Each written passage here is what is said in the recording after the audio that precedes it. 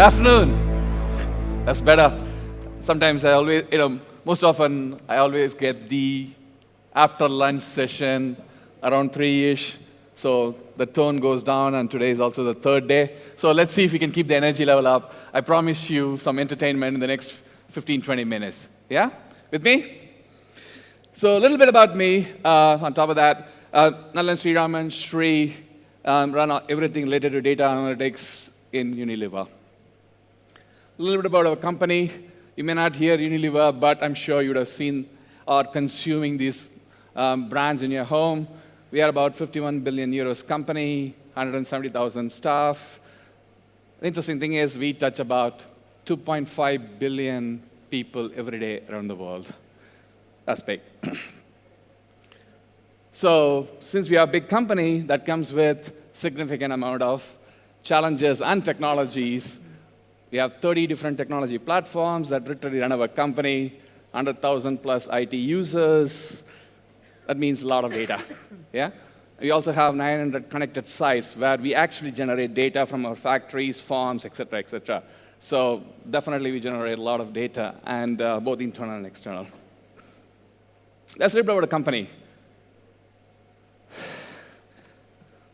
Let me move aside so that you take 5 seconds to read the cartoon on my right.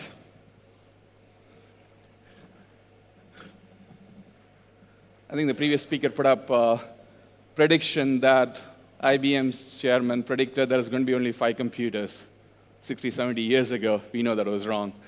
But if you look at the examples of public AI algorithms and their predictions in the last 4 or 5 years, almost all of them got it wrong. Is there any example they got it right? Can you raise your hand? Okay, so you're all with me that most of the predictions are wrong. Pretty much they all got it wrong.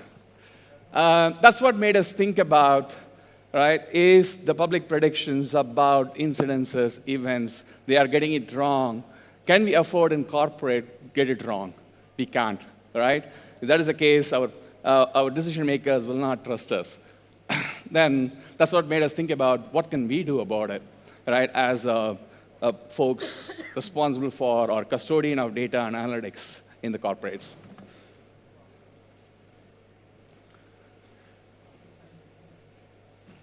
Germany, World Cup. Almost everybody predicted Germany is going to win, right? Except for the electronic arts video game producer. Everybody got it wrong, right? We all know that because we know the final result. But before the final result, almost everybody predicted that Germany is going to win. Any surprises there? Sorry. Next, how many of you are Game of Thrones fan here? Quite a few of you. I'm sure all of you have seen season 7. Yeah? So this particular prediction, what you call as RIP predictor, was released by one of the universities in Munich. And look at their prediction algorithms and the results. Right? This aired before season 7, just before season 7. Says Jon Snow will survive. His survival rate is 88%. Tyrion Lannister, 97%. Dany, surprisingly, 99%, right? And look at Jaime Lannister, 4%, and Cersei, 5%. So even if you've not seen season 7, even if you know season 6, this prediction is wrong, yeah? Even with the data that we know at the end of the season 6, this is not the right prediction. If somebody asked me what, I would have definitely put Dany and Jaime and Cersei much higher. May not be 100%, but much higher than this. So, again, what are we doing? Brexit, right? Except one company. Everybody got it wrong, right? Everybody said Brexit is not going to happen. And this particular company, Brandseye, they went a little more on the other side, predicting that it will happen, leave will happen, and look at the rates, 56. You know the final number? Final number was 52-48, yeah? Our favorite one, Trump will not win, yeah? Pretty much every pollster around the world said Trump is not going to win. The worst one, you can see from one of the biggest pollster, 538, said 71% Clinton and 28% for Trump. But we all know what happened, right? Trump is still the president.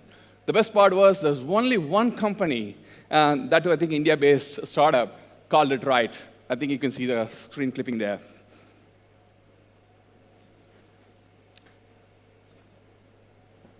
Why?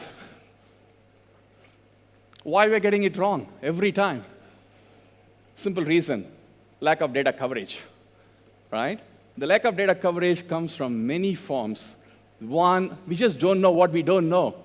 But are you sure we are saying that we don't know about so-and-so, including in our models, including in our data gathering, right? Number two, conscious bias, yeah?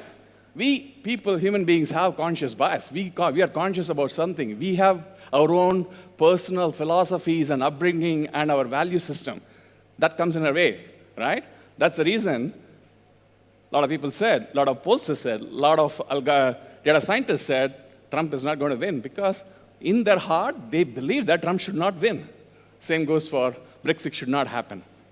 And then, of course, unconscious bias, World Cup.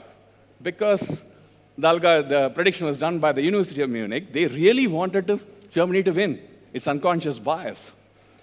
So if you put all these things together, there's the tagline. If you have bias, it erodes our trust in our predictions, right? If algorithms are predicting in the wrong things, and if it is not matching to the reality of the outcome that's happening in the future, people are not going to trust it, right? If you're not trusting the algorithms, and all of us here are sitting here the last 3 days listening to all the presentations, we can all shut our stores and go home, yeah? So what can we do about it?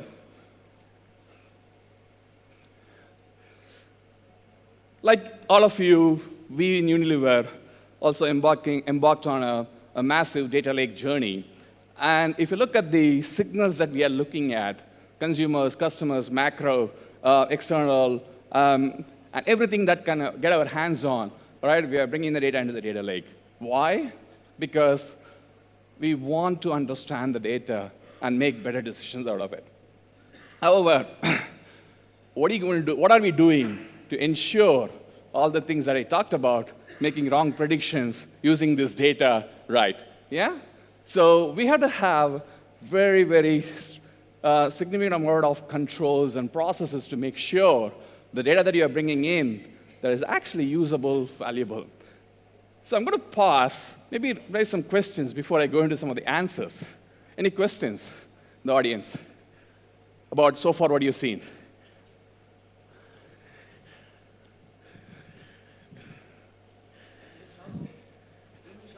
Please. We'll make it interactive. Otherwise, I'm not sure people in the back are sleeping. One of the reasons you get this wrong predictions is when you predict something that the CEO doesn't like, right? That's the problem, right? The problem that happens is you interpret the data correctly and you find something that the CEO doesn't like or the business doesn't like. So that's why you go with the bias and say, okay, let's agree with what everybody likes. And that's exactly what happens. Great point. We'll come back to that. It's a great point. So you're talking about the bias of the CEO unwilling to accept the results, yeah?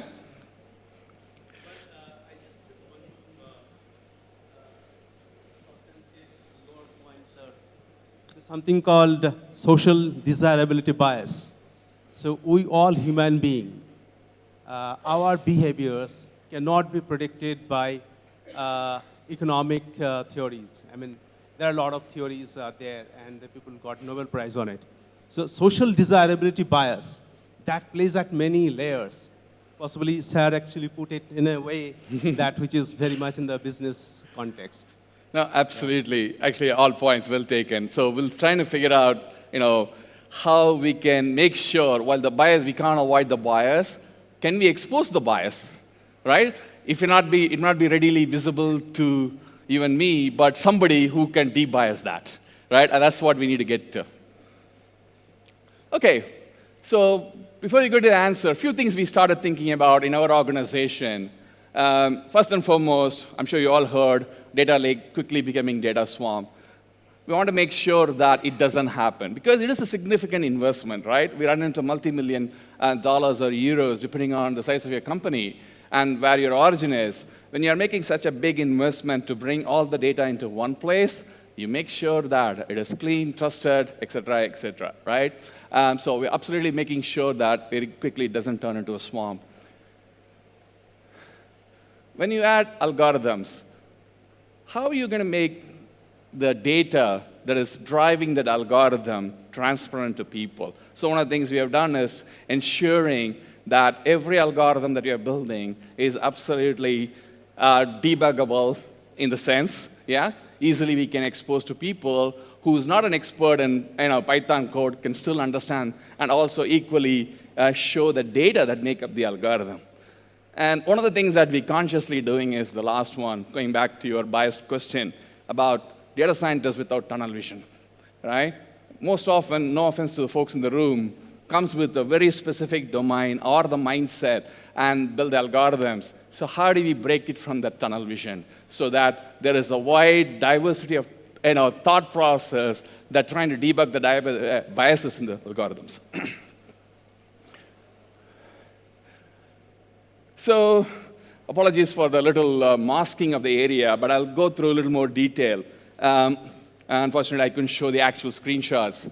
So what you have done is, what you see on the top left is the questions or the decisions the decision maker wanting to have, right? Wanting to make, or some answers that they are looking for.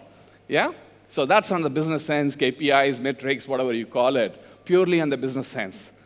Then what we do is, using business glossaries, to actually stitch together how that algorithm is actually built. Yeah?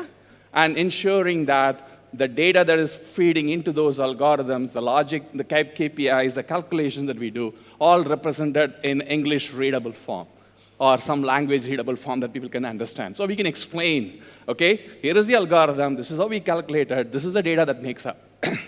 And then linking that back to the data catalog, where the actual data, the data in our databases, data lakes, or data warehouses, wherever your data is stored, right? We can show the lineage all the way up to the answering the questions. We are not fully done yet. We have done it in a small subset, and even that's really helping because when people ask, okay, your prediction rate is about 40% compared to human being, okay, what can we do to improve? When you look at the data, oh, we missed this coverage of the data. Then we bring in a new set of data. Ability to explain what's going on inside the algorithms, inside the data, is we are able to do it and bring in the transparency we need to bring it in.